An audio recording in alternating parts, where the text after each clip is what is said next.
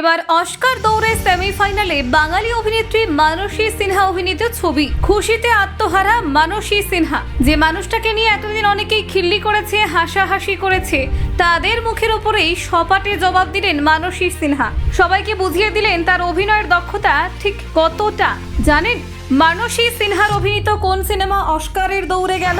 দেখুন big breaking. টলিউডের অভিজ্ঞ অভিনেত্রী ও বর্তমানে দক্ষ পরিচালক মানসী সিনহার জীবন কথা আজ যেন অনুপ্রেরণার গল্প হয়ে উঠেছে। অভিনয়ের জগৎ থেকে পরিচালনার দায়িত্ব নেওয়া সহজ নয়, কিন্তু তিনি প্রমাণ করেছেন প্রতিভা এবং অধ্যাবসায় থাকলে সবকিছুই সম্ভব। তার শিল্পী সত্তা শুধু ক্যামেরার সামনে অভিনয়ে সীমাবদ্ধ থাকেনি, বরং গল্প বলার এক নতুন জগতে প্রবেশ করেছে ক্যামেরার পেছনে কাজের মাধ্যমে। মানসী সিনহা জন্মসূত্রে সাংস্কৃতিক পরিবেশে বেড়ে উঠেছেন। তার মা মণিদীপা রায় ছিলেন বাংলা থিয়েটারের একজন সম্মানিত শিল্পী। শৈশব থেকে মঞ্চ, আলো ছায়ায় জগৎ তার কাছে পরিচিত ছিল। ছোটবেলায় নাটক দেখা, রিহার্সালের পরিবেশে সময় কাটানোই যেন তার জীবনের প্রথম পাঠশালা। এখান থেকেই শিল্পের প্রতি আগ্রহ তৈরি হয়। টেলিভিশন ও থিয়েটারের হাত ধরেই মানসীর পেশাদার অভিনয় জীবনের সূচনা।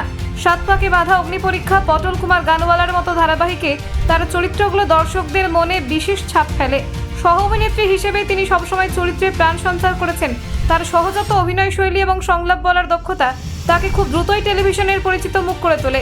2003 সালে আলো ছবির মাধ্যমে তিনি চলচ্চিত্রে অভিষেক করেন। এরপর থেকে একে একে গয়নার বাক্স, চতুষ্কোণ, কুসুমিতার গল্প, পাওয়ার, ব্রহ্মচারেণ, গোপন কম্মটি সহ একাধিক ছবিতে তিনি অভিনয় করেছেন। গয়নার বাক্স এখানে তার উপস্থিতি গল্পকে বাস্তবতার ছোঁয়া দিয়েছে। ব্রহ্মচারেণ, গোপন কম্মটি সমসাময়িক বিষয় নিয়ে তৈরি এই ছবিতে তিনি আবারও প্রমাণ করেছেন চরিত্র হোক ছোট বা বড়, তিনি সবসময় তাতে আলাদা মাত্রা যোগ করতে পারেন। অভিনয় সফল হওয়ার পর মানসী সিনহা অনুভব করলেন গল্প বলার জন্য শুধু ক্যামেরার সামনে থাকায় যথেষ্ট নয়, তিনি ক্যামেরার পেছনে এসে পরিচালনায় হাত দেন। 2024 সালে মুক্তি পায় তার পরিচালিত দুটি ছবি, এটা আমাদের গল্প এবং 5 নম্বর স্বপ্নময়। এই দুই ছবি সমালোচক ও দর্শকদের কাছ থেকে প্রশংসা কুড়িয়েছে। গল্প বলার ধরন, চরিত্রের গভীরতা এবং আবেগের সূক্ষ্ম প্রকাশ সবকিছুতেই তার কাজ প্রশংসিত হয়। বিশেষ করে প্রথমবার পরিচালক হিসেবে তিনি প্রমাণ করেন যে তিনি শুধু একজন অভিনেত্রী নন, একজন পূর্ণাঙ্গ গল্পকার।